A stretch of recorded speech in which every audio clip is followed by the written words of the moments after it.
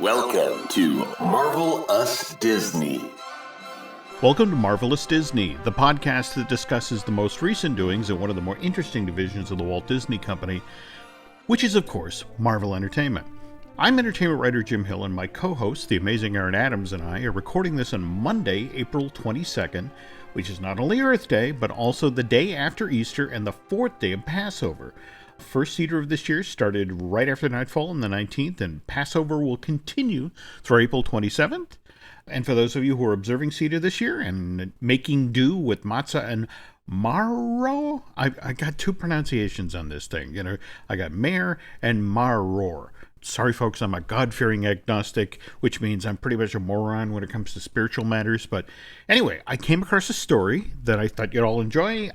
It's hard to believe we're 7 months now since the PlayStation 4 version of Spider-Man first went on sale September 7th, and 9 million copies of this thing sold to date. And every time I call my daughter Alice, she and Noah are still wandering around the virtual version of New York City. And speaking of which, that's what today's story is about, that people have been just amazed at the insane level of detail. This past week, in honor of Passover, Elon Ruskin, who's one of the senior programmers for Insomniac Games, the guys who actually developed the Spider-Man game for PS4, he tweeted out, well, I guess you'd call it an Easter egg, though I don't know if you can actually do that with something that's associated with Passover.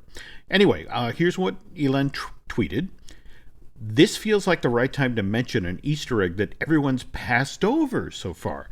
These guys don't work on Saturday. And the image that accompanied Ruskin's tweet showed Spidey interacting with two Orthodox Jews, and sure enough, if you fire up your copy of Spider-Man for the PS4 on a Saturday, and then you can wander the length and breadth of this game's hyper-detailed virtual version of Manhattan, and you're never going to see an Orthodox Jew. That's because the Orthodox Jewish citizens of this virtual version of New York City obey the exact same religious laws as real-life Orthodox Jews do around the world, which means on Saturday, they observe Shabbat, a day of rest. And now, mind you, in order for this Easter egg to actually occur while you're playing Marvel's Spider-Man game on the PS4, the clock on your console has to be set for the proper date and time. And while we're speaking of Spidey, do you remember from last week's show, Aaron, where we were talking about how Kevin Feige had said that Avengers Endgame was going to be the final film of the Infinity Saga, and which was why it was so nice and appropriate that they had that Stan Lee cameo to put into the last film. And now just disregard everything else. Aaron and I said at that last show, because while Kevin was in Shanghai this past week for a fan event, he said, well, actually, Spider-Man Far From Home is now the very last film of this portion of the Marvel and Infinity Saga. He's now moved the line in the sand one movie further for the Endgame saga. And at this point, I really don't care where the end line is anymore. I mean, I feel it should be Endgame. That's where it logically ends for me. But really, I consider the MCU to be one cohesive whole. It's not going to stop after Endgame. It's going to keep going. So to put this, artificial boundary and say this phase 1, phase 2, phase 3, and this is all the Infinity Saga now, and it's just like, hey, man, Iron Man can still be appreciated for just being a great Iron Man movie. Thor Ragnarok is an excellent Thor movie. They don't have to be these, little puzzle pieces of this big, huge galactic picture. It could just be, why not just enjoy the pieces for what they are, man? Great movies. So if he wants to move the line around, that's fine. I don't care. I'm just happy to have an MCU, and I'm happy that it's going to keep going after Endgame. And if he wants to call the next 3 movies after that Phase 4B or whatever, I don't care, man. Just keep shoveling it at me. Okay. I wonder, he mentioned that all of the Infinity Saga films had a Stan Lee cameo, and I'm kind of hoping that if now he's saying that Spider-Man Far From Home is the last film in the Infinity Saga, that I'm kind of hoping there's still another Stan Lee cameo somewhere. I don't think so, because I think they would have fessed that up a while ago. I think they recently had said that Endgame is the last Stan Lee cameo. If they had another trick in the bag or bullet in the gun, so to speak, they wouldn't have made that announcement. I So guess. even if they had, I think they've made a pretty firm decision that this is the proper place to cap Stan's cameos. I guess so. I just, I have to say that I'm going to a press screening of Endgame tomorrow, and there's a part of me that's dreading the 3 hour and 10 minutes, not just because, again, it's very tiny bladder, but also this is it. That last time we'll get to see Stan up on the big screen. Though the Russo brothers say maybe that's not the case. They're out doing publicity for Endgame. And they were talking with the Indian Times, and Anthony mentioned that he and his brother Joe are fascinated by the life of Stan Lee, and we're actually developing a little something that has to do with his work in the history of Marvel. We're not ready to present it or talk about it yet. It's more of a documentary, and you'd heard something about this, or? Yeah, I think Kevin had been talking about this thing that they're putting together, and from what that quote was all about, it was that they were going to be examining all of Stan's cameos throughout the entire MCU, and that they had put together like some of the behind the scenes shots, some alternate takes of jokes that he didn't use. And if you have the Ant-Man and the Wasp, they have some great alternate takes of things that Stan said that didn't make it into the final cut of the movie. And it's not like they were, dud jokes. It's like when you get 10 golden Easter eggs, you got to choose, only one can go in. You can't sit there and let Stan do 5 rapid fire jokes. You got to pick one and go with it. And so I'm really looking forward to seeing all of that behind the scenes material. But as Kevin was saying during this interview, that I think it's going to be in the Endgame Blu-ray. So he was talking about how he's getting all choked up seeing Stan after all of these years of doing these cameos, and how the loss of Stan re-impacted him all over again watching this material as being put together. Okay. And speaking of the Russo brothers, last week, some major spoilers began making their way around the web. And, and I know, Aaron, you're very disciplined about this. You do not, you try to go into these movies first. So you're not out online looking for stuff about these movies out ahead of time. Whereas I, because of the job, am trying to pick up little bits and pieces, but not blow the whole thing. But evidently, on some corners of the web, this was out. Everything was out there, or damn near everything. So I kind of had to back off on a lot of my usual traps online, because I really did want to enjoy this one. But the Russo brothers actually put out a statement online. They took to social media to try to appeal to those who were looking to spoil the movie. And this is what they said. Please know that the two of us, along with everyone involved in Endgame, have worked tirelessly for the past 3 years for the sole intention of delivering a surprising and emotionally powerful conclusion to the Infinity Saga. Because so many of you have invested your time, your hearts, and your souls into these stories, we're once again asking for your help. When you see Endgame in the coming weeks, please don't spoil it for others, the same way you wouldn't want it spoiled for you. And then they ended that post with a hashtag that reads, #Don't spoil the Endgame. And then I love their final note on the message, and remember, Thanos still demands your silence. Given the fields you work in, have you been hearing anything about spoilers or that sort of thing? My wife was able to notify me that there were some heavy-duty spoilers about Endgame, and the day that they hit. So it was my chance to step away from the internet for like a good 48 hours to try to stay away from that and not get that information, because I don't want to know about a scene that happens out of context. If it's a 3-hour movie, there is context in all of this, where things will matter based on the moments that came before it. And if you just cherry pick a cool moment that's 3/4 of the way through the movie, it will not have the emotional resonance that it should have had you just waited and watched the entire movie.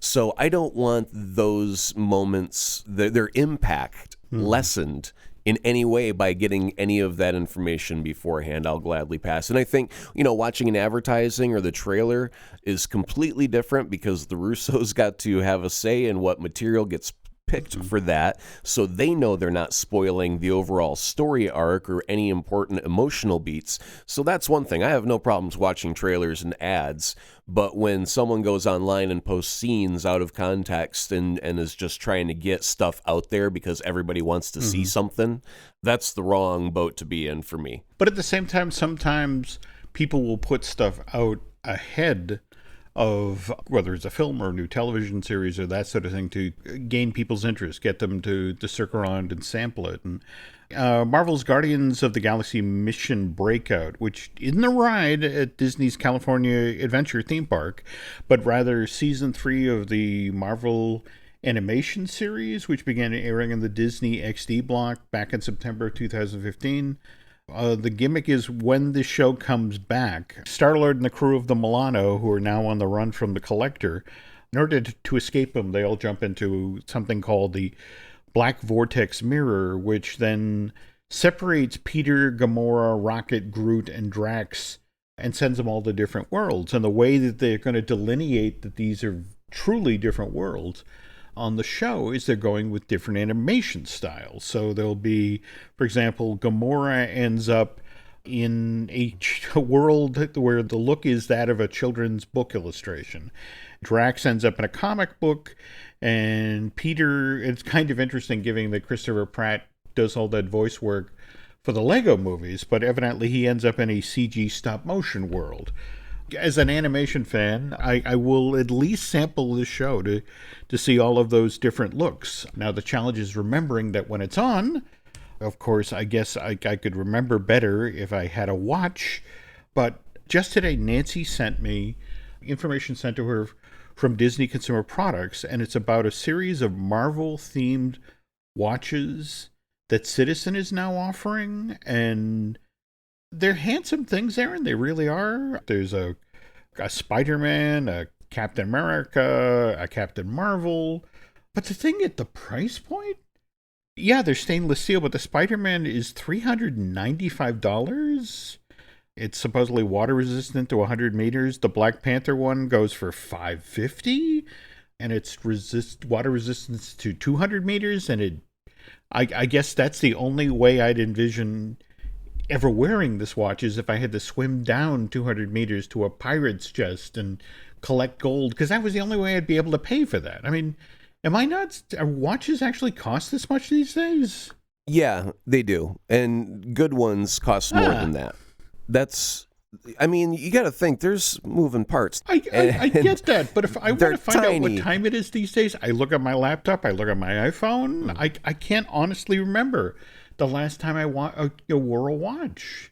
My main watch is a $400 face, and I think it's an inexpensive watch. Like it's not flashy at all. It's just got a bunch of different functions, or as they call them in watches, complications. Okay. Seriously, that's what they call it. Like if you have a stopwatch and a chronometer and all these different things are called complications in watches.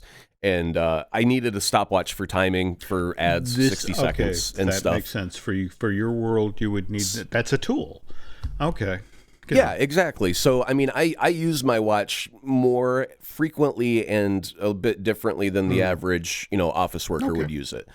So, yeah, when I would buy a watch, I usually had a couple of different complications that I required for it, and it was usually around, $300 or $400 easily before I'd blink at it. It's when I'd start getting into the $1,000, I go, wait, whoa, I'm not money, man. I just need a watch. Okay.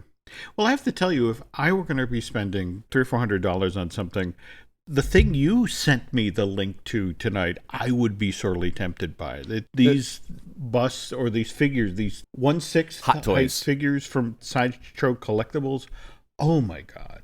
Yeah, they're actually made by Hot Toys, and I collect that specific brand because they are immaculate.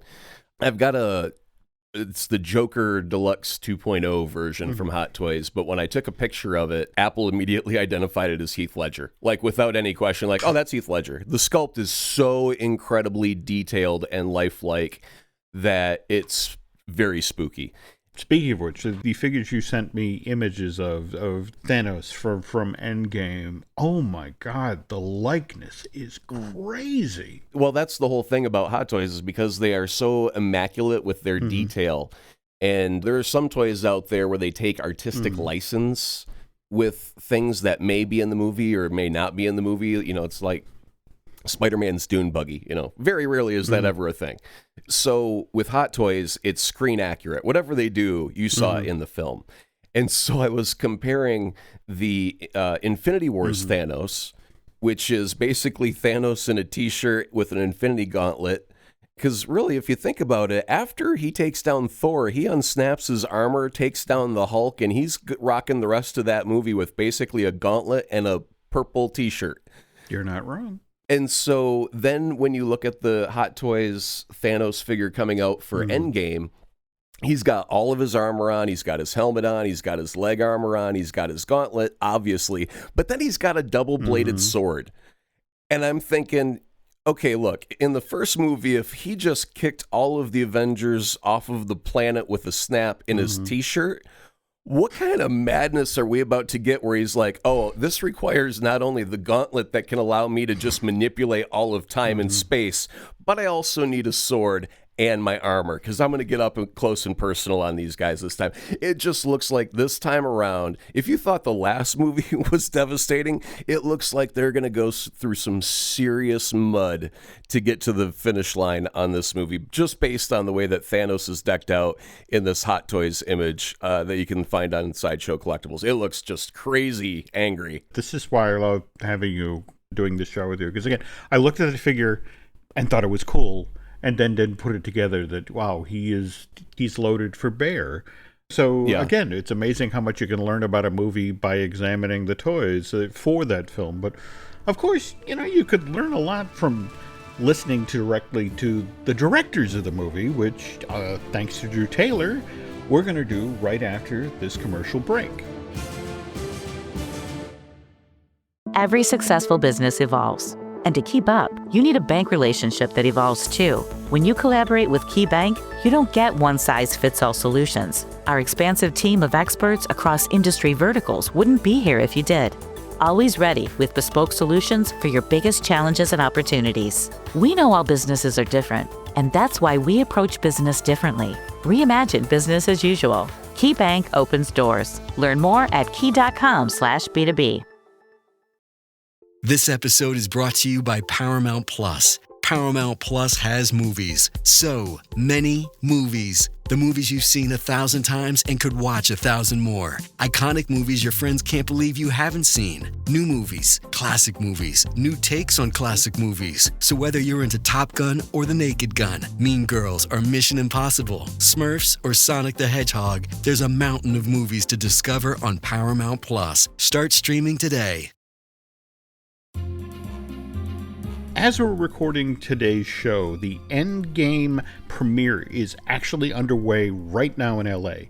For the last film, the second to the last film of the Infinity Saga, the Walt Disney Company, to borrow a phrase from John Hammond, has spared no expense. They've not only rented out the entire Los Angeles Convention Center, they've outfitted that building for one night only with a custom IMAX screen.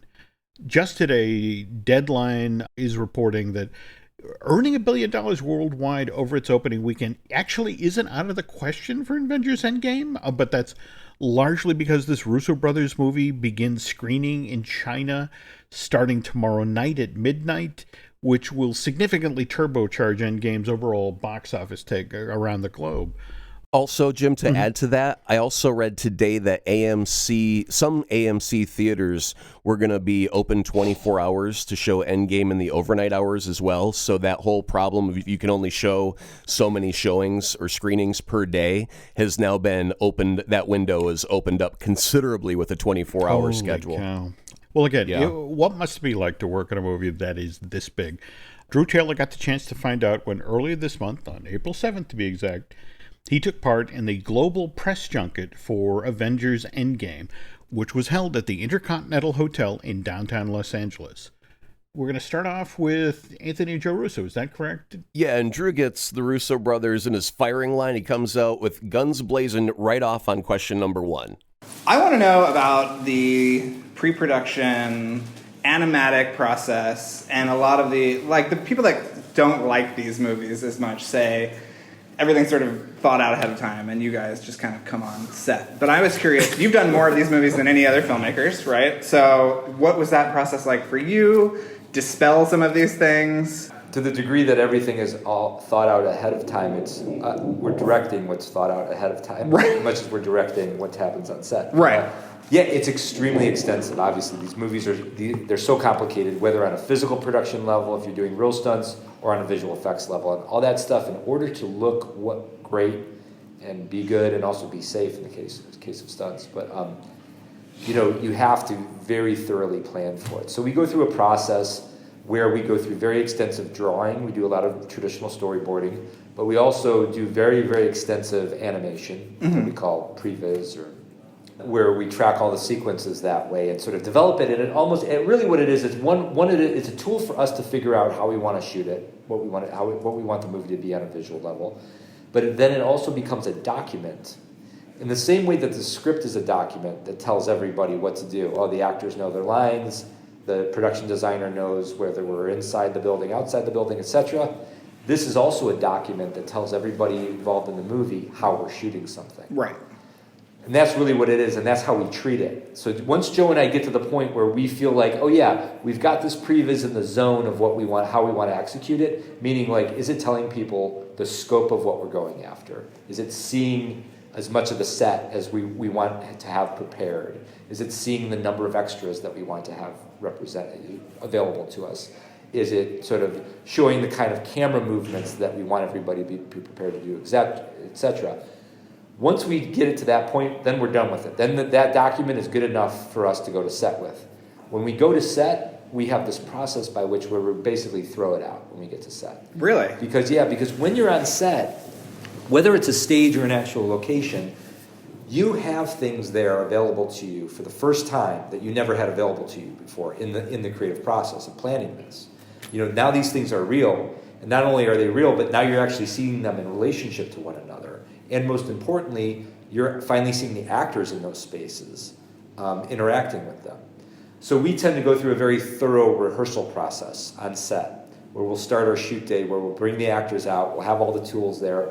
Typically, we tell the crew to just take a break so that we can have space to work. And we'll just start playing with the scene. We'll start talking about how we thought we would lay it out. And sometimes the way we thought we would lay it out is already different from what the previs is, because Joe and I have been scouting the actual location as the elements have all come together over the previous couple days. And we've got new ideas about how we want to lay it out in that space. And then we'll go from there. And the great thing is, our team is so good that they can adapt to things like that. Right. Our visual effects capacity is so high that we can use visual effects to plug holes that we may have created by changing the plan in such a way. But that's basically our process. But that document is critical. Otherwise, you would never be able to have a team this large be ready to actually execute something. But nobody's going, where's that shot from the previs? And ILM's not going, we've Never. worked 6 months on this thing. And No, we turn over. Never. It's what we do if there's a fully CG shot. For a sequence, we'll turn it over prior to going to set because we're not shooting anything for it. Okay. But that gets approved through an iterative process where we will go through, 7 or 8 passes at the shot, and then when we're happy with it, then we say, great, this can go off and get started, and then we'll shoot the rest of this when we get to set. Okay. And how crucial are the sort of second unit guys? I know they're the John Wick guys were on Civil War, right? Yeah. There's been a lot of talk about there not being a stunt category at the Oscars, and I was just wondering what you guys thoughts which were. is sad. I think it's sad because it's a highly technical craft and very specific and requires an incredible amount of artistry. And I think second unit, movies of this scale are invaluable, whether it's us or it's Star Wars or it's Lord of the Rings or right. There's a lot of great work being done by the second unit. Yeah.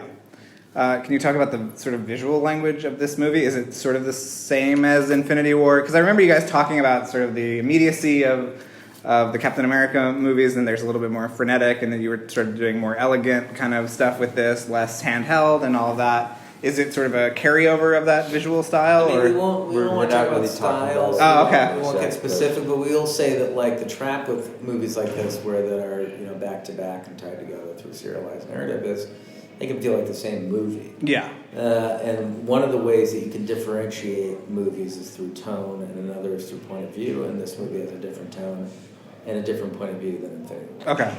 So setting off on these two movies, has it turned out to be harder than you thought? Easier than you thought? Was there something that maybe surprised you in terms of challenges? I think challenges certainly. I mean, without question, the physical aspect of it. Shooting two movies back to back for a year straight with 2 weeks in between movies is is crazy. Yeah. Working in television for so long prepared us for the grueling hours, but it's not something that we'd ever wish on anyone. It can cause presidential aging, as you refer to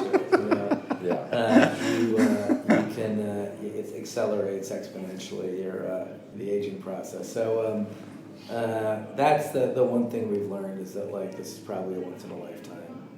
Yeah, you would never do something like this again. No. I mean, you guys are doing a much smaller movie after this, but is there sort of an allure of coming back to this world, or the scale of this? I mean, I guess there isn't anything that's the scale of No, I mean, we grew up, like, it's so funny because when we grew up film fans, like, we sort of had a sort of two dual loves. One were the sort of big Hollywood epics that everyone else loved, and then we also had like sort of this like geeky art movie side to ourselves that like we love the obscure movies that most people have never heard of. So, but yeah, so we love like making movies at this scale where you can engage global audiences is thrilling to us. To be able to craft stories like this, and we also love the tools that are available to make great movies like this at this budget level. So this is something that I think we will return to again and again as filmmakers. But yeah, we're definitely going to go through a little bit of a cycle here where we are using different muscles for a little while. I know this morning you kind of talked about, when you actually kind of get feedback on these movies, but were you surprised by the reaction to Infinity War? I mean, there hasn't really been a movie like that everyone has talked about like that. I can't imagine. I think it's interesting is really it's like very simple math to it. It's disruption. Right. It's taking your expectations that, okay, this is one of the most expensive movies ever made, and commercial movies are commercial because they end optimistically. So the expectation is that we're going to get an optimistic ending. Right. And then we play on those beats throughout the entire film. It's very calculated how we're, trying to set up Thor for victory in the movie, or your belief that like he could potentially come to save the day with his magic axe, and then we pull the rug out from underneath him. I think that the preconceptions of the audience going into that theater about what kind of movie that was and what the expectations have been for 50 years of commercial storytelling, and that we played against those expectations is what caused that response. Do you have a favorite response from anybody? Yeah, Ruffalo told this crazy story where he is in New York on a Friday night of opening weekend. He's in a cap and glasses, and he's in the theater with his 16-year-old son and all of his buddies. And he said it got to the end of the movie, and the lights went up, and he said the whole theater just sat there in silence. And then people started to get angry. It was sort of a New York crowd, And then he said a guy got so angry that he ripped his shirt off his body and started screaming at the screen, why? And then Ruffalo said at that point he felt like he needed to leave the theater lest he be recognized and his safety be jeopardized. So, yeah. That's amazing. Yeah. Have you guys been involved in the marketing for this? I mean, I cannot think of a movie that has shown so little before a wide release like this. Was that always the intention? It was always the intention. Okay. We talked about it quite a bit, yeah. Because really? Everybody, because this is so unconventional, and of course there is a level of risk involved, right. So on a financial level for Disney. But yeah, we've talked about it extensively, but everybody was very much on board with the idea that like the story needs to be protected. The integrity of the viewing experience, the audience needs to be protected. Yeah. Especially in a culture that's really driven to spoil. Yeah. Well, it's also amazing because there are so many toys and books and things that have to be done. Oh yeah. Years in advance. Yeah. That's very complicated for them to think about all that. It's interesting. It's so weird though. Is that like toys? Sometimes toys will be based on drafts of scripts that we threw out years ago, or they just make a toy because they think it's going to sell. So it's sometimes there'll be spoilers with that stuff, but a lot of times it's its own Phantom limbs. Is that what happened with the Hulk coming out of the Hulkbuster? Was that an earlier draft? As a phantom limb of like an idea we explored a year earlier. But that's the lead time that it takes for toys, and then the idea goes away, and then there's a toy out there. That, so ultimately, we don't get that worried about it, and frankly, beyond like your most ravenous fan base, people aren't paying attention to that level of detail. Well, thank you so much for chatting with me, guys. I'm going to talk to you after the movie comes out. Thank you. Yeah. Okay, I like what I'm hearing so far, but before we deconstruct every last syllable, we're going to jump to the second interview with the writers of Endgame, which are Christopher Marcus and Stephen McFeely.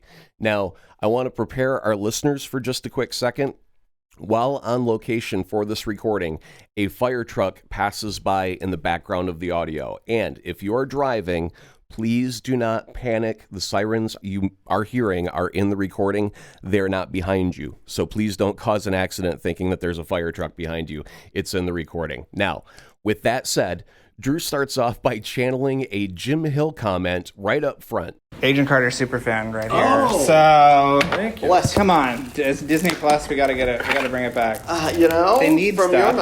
your mouth. No kidding, they need stuff. Yeah. I'm so fascinated by the sort of writing process for these two movies. You don't have to say that. I am, because what does the blank page look like? Are there directives that are sort of coming down the pike in terms of positions of characters? I mean, there are places they were left in their last movie, right, which are approximate. You have the leeway of picking up 2 seconds after that movie ended, or 2 years after that movie ended. I mean, they kind of just said use everyone. Okay. Or you have the opportunity to use everyone. Okay. You don't have to use everyone. Right. Well, but it's Infinity War, so that means use a lot of people. Yeah. Stakes are high. It's Thanos. It's 6 stones. And 2 movies, they should feel radically different from each other. Go. Each half of it. But you're writing it as one Well, document. no, we wrote it as 2 movies simultaneously. One story, okay, but very much not a press pause, press play. Right. That movie ended and had a dramatic arc that ended. And this one has one that does the same. We didn't want it to be one big thing that you cut down the middle. Right. And that movie had the opportunity to have such a definitive event at the end of that it really redefined the movie that came after. Okay. And it seems tonally, even though we aren't allowed to really talk about what it is, or we've seen cumulatively, I think, 8 minutes of footage this morning. So, but it does seem like there is a tonal shift. Was that part of the appeal as well? I mean, when you start reading the script for Endgame, it's unlike any other page one, or it's unlike many page ones, right? Because there's an anticipation, given what page 139 was or whatever was over here. Like, holy crap, where are they going to pick up? How are they going to handle this? How are they going to deal with this fallout? And that was part of the appeal to this, was this sort of mature storytelling. Like, heroes get kicked in the teeth all the time, usually at the end of Act 2 and for about 5 minutes. Right. This is meant to really sting. Right. And how are these people all going to deal with it differently? Right. Yeah. And you guys have said before that the script went through a lot of changes. I mean, that the snap happened halfway through the first one, and I mean, it was never written that way. Okay. We were outlining. We're toyed, moving it around and seeing what effect it would have, just as sort of R&D. But it quickly became apparent that dramatically that was the only place to put it, where you can't do anything worse afterward. Right. You don't want to do some half-hearted. Look, there's a ray of sunlight. It was, the room had movie 1 on one wall, movie 2 on the other wall, right? Yeah. And so there was a point where movie 1 had so much stuff on it. Yeah. We kind of went, well, what if the snap happened on this wall over here? Right. And everyone said, no, take stuff out over here. Make sure it happens on this wall. Yeah. That was it. Well, I mean, that's the other thing, is like you're given the leniency to put every single character in there. How how does an actual 3-act sort of narrative come out of that? Because I don't think there has ever been a movie like the first one with so many characters. Yeah. A lot of experimentation. Okay. And the leeway to screw up. Okay.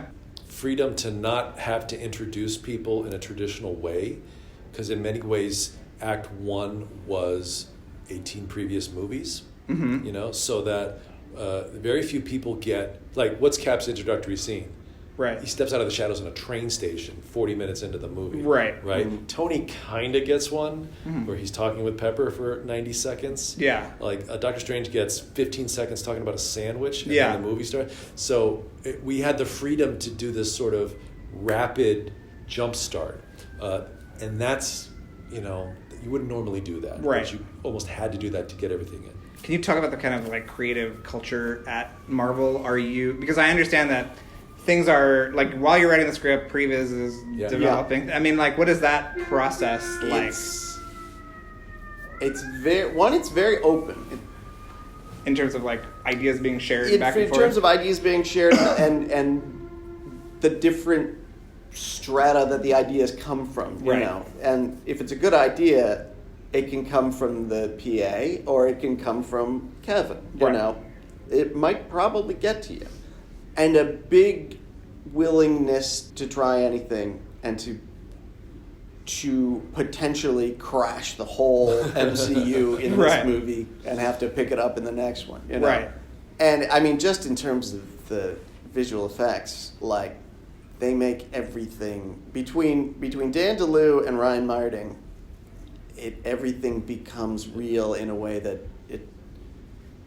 we are a theoretical lab, that room, and then they'll come back with, oh, well, here's what we're thinking of Thanos, and it's like, holy shit. It is so that affects the writing. Huge leap forward and a huge, when we saw Thanos for the first time with, actually Josh playing Thanos, it gives you such confidence to write even more for that character, knowing like, oh, you can fully emote and get everything across that a human could. Well, one person that was sort of in the creative family that was on the outs for a little bit, but is back, is James Gunn. So are you guys happy that he's kind of back in the family? And did he have sort of his stamp on Infinity or on Endgame? Not on Endgame. No, okay. He didn't have really many Guardians left. That's true. That's true. But I think it's only right that he's back. Yeah. Well, thanks so much for talking with me, guys. This is nice to meet you. Likewise. Nice to meet you. Good luck with this movie. I hope I hope somebody sees it. Yeah. Okay, so what do you want to start with, Jim? You want to start with the Russos? You want to start with the writers? There's a lot of juicy stuff to talk about here. There's a lot of meat on this bone. Let's talk about the Russos' previs right up front, because that was one of the very first things that they talked about. And I do like the fact that, you do a lot of previs to get a great idea of what you're doing, but they did talk a bit about how when they're actually on the location, those shots may change to accommodate the location they're at. I mean, if you've got a beautiful building, like if you're at the Louvre in Paris or something like that, you're going to want to showcase that building a little bit in those shots, right? So allowing for their set or their location to organically change a shot or two, I think that's smart filmmaking. Oh, absolutely. But at the same time, I love how Joe and Anthony actually pay tribute to their crew, because, face it, when you've done storyboarding, you've done the previs, and you arrive on set and go, hey, we're going to change it up. And those guys can roll with the punches and give you the setups that you need. I mean, those are professionals. Not everybody could handle changing the batting order like that at the last minute. I do think that the Russos dodged the cinematic style question that Drew threw at them, like Muhammad Ali. They don't really want to talk about the overall. They did say that they want to keep the look the same, but the tone different. Now, if you then jump to the conversation with the writers, they were talking about how they're making two different movies that are going to be tonally different. And I almost think that the Russos may have had a chance to take advantage of changing their filming style to match that different tone, but I also understand them wanting to be directly connected at the hip to Infinity War, so they don't want it to radically look different. I think the cinematic language, it's one of those calls. Do you keep the cinematic language the same to keep it directly connected to the previous movie, or do you roll with the tone? If it's drastically different, do you start doing more maybe handheld camera shots that are a little bit more shaky and uncertain versus a more cinematic, steady pan? Well, the other thing I enjoyed when the writers were talking, when they were talking about working on Infinity War and how your audience is so familiar with these characters. Doctor Strange basically got a 15-second introduction before they dropped him right into the story, and I think... Exactly, and he was talking about a sandwich. There we go, That's not character development. It just kind of gives you a glimpse to his attitude, mentality for, a total of 15 seconds, and only a writer knows exactly how many seconds they got to talk about a sandwich before the action had to start. There you go. So, there we go. Yeah, it was really very revealing, and it's something that we talked about before, the shorthand of it all now, like when Spidey comes in, he's like, wizard, stone, people from space, go get them. Yep. And that translates into the whole story arc for the opening act. And so they do kind of have a benefit, especially now going into Endgame. I mean, how much intro do you think any of these characters are really going to get? I mean, we're going to hit the ground at a sprint, right? I like how they sort of protected the mystery of it, but it just sort of like, you have to decide, are you picking up the story 2 minutes after the last movie, or are you picking up the story 2 years? I'm betting 2 years. Where do you say? I think we're at the 2-year point. Right, yeah. But I love that they reflected that, okay, that's a different kind of writing. That's a different kind of story. That's not a world you can set up in 15 seconds with a story about a sandwich. So, different writing. And I always enjoy these sort of pop the hood interviews. Drew did such a wonderful job getting these guys to talk about what it was like to work on a movie of this scale. I'm kind of glad when the Russo brothers were talking about how they were, I don't want to say quite defying expectations, but dodging expectations, where Hollywood always has the happy ending. And this is how it had the impact. And then you jump to the writers' side of the interview, and they were talking about how the snap was moved around from place to place in the development of the story. And you think about how tragic almost it would have been had they not done exactly what they did and kept it right at the end, like in the last couple of minutes, where it's like, hey man, there's no runtime left to fix this. This is how this is going to end, suckers. And you're sinking in your theater seat going, oh no, we lost. That's where it has the most weight. If you do that halfway through the film, it's like, well, we still got an hour and a half to fix this. And if you wait until the next movie, then you still haven't had any consequence. You don't have that dread to carry for an entire year. I mean, that snap had to go at the end of Infinity War. It just had to. So I'm almost surprised that they moved it around. I'm not surprised, because you do a lot of idea tinkering and playing while you have the opportunity. The ideas are free. It doesn't cost anything to, scribble the pencil across the paper. It's when you're in development, you're actually building models and drawing stuff, So in the idea process, it's okay. But man, that was a surprising revelation to find out the snap could have been somewhere else in these two movies besides the end of Infinity War. Now, what did you make of them talking about their writing process? Were they literally in that room that's floor to ceiling covered with notes about, okay, who's, what, where, when? Well, you have to. You have to know where all of your characters left off at. And even if they're a pile of dust at the moment, you need to know where that pile of dust first occurred. So you might possibly have some logic for when they come back. It would almost seem weird right now if Stark leaves Thanos' homeworld, Titan, to come back to Earth, and then they undo everything somehow, and then Peter wakes up on Titan by himself, like, what the hell just, where'd everybody go? So I don't know. I had not thought of that. Oh, wow. Okay. Right? Yeah. So, yeah, I almost think that there does have to be some kind of snap reset where everybody ends up back home somehow.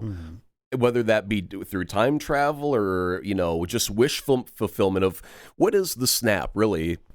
Do you just think something and then snap your fingers and make it happen and all the stones just read your mind? Because if that's the case, you can just say everybody's at home having a cup of tea and they don't remember anything bad happened. Snap, and that's how it happens. I don't know. So that's that pivotal moment that's going to be very... It's almost going to determine whether the movie succeeds or fails, because some people might call foul, if it all, like the dream sequence. Nobody wants a dream sequence, right? That can't happen. Mm-hmm. So a time travel almost sometimes feels like a cheat nowadays, where I almost think that they have to have something more substantial than just time travel. So, yeah, I really don't know how it's all going to break down, but I'm very, very eager to get in the theater and see. But before we exit here, we forgot to talk about that really cool Audi ad that you came across. Yeah, so this is really good, and I like when advertisers play the smart card instead of the greed card. And they could have very easily just made a 2-minute ad about a car, and they didn't. They made a 1:45 Captain Marvel moment that seemed like it should have came straight out of the MCU with a 15-second product placement at the end of it. Mm-hmm. So it's much more feels like a piece of entertainment than it does a commercial. So that's the good thing. The overall gist of the ad is that Captain Marvel is back on Earth, and this is her debriefing to get her caught up to speed on how things have changed on Earth over the last 20 to 30 years. And one of those gags includes, instead of when you order food out, instead of eating it right away, we now have to take a picture of it. And she grabs her phone and takes a photo of her sandwich. And then Captain Marvel replies, "Oh, wow, the photo hut must just have a mile-long line." And the girl just kind of shakes her head like, we'll get to that later. And she keeps going through this debriefing of all these things that have changed. So the humor is very good. Goose makes a quick little appearance, and there's some humor there. And then the last 15 seconds, there's a little product placement. And overall, it's enjoyable, and it didn't feel like an ad as you're watching it until the very, very end. So it's worth seeking out. I believe it's just called Debriefing. Mm-hmm. Captain Marvel Audi ad should get you to the right place to see this. Well, definitely check that out. And speaking of checking things out, we'd love it if you check out the other podcasts we do here at the Jim Hill Media Podcast Network. We have Disney Dish with Len Testo. We have, of course, Fine Tuning with Drew Taylor. And thanks again for Drew for providing the audio that we played on today's show. We have Universal Joint with Dustin Fuse. We have I Want That with Michelle Valladolid. And, of course, Looking at Lucasfilm with Dan Zahair. And we're still unpacking Star Wars Celebration in Chicago. You could head over to iTunes and rate and recommend the show. Or if you really like what we do here, you can subscribe to Bandcamp. Beyond that, I want to thank you folks for listening, and have a good night. More Marvel Us Disney will be coming soon. In the meantime, check out one of the other great shows found only on the Jim Hill Media Network. This episode is brought to you by LifeLock. It's Cybersecurity Awareness Month, and LifeLock has tips to protect your identity. Use strong passwords, set up multi-factor authentication, report phishing, and update the software on your devices. And for comprehensive identity protection, let LifeLock alert you to suspicious uses of your personal information. LifeLock also fixes identity theft, guaranteed or your money back. Stay smart, safe, and protected with a 30-day free trial at LifeLock.com/podcast. Terms apply.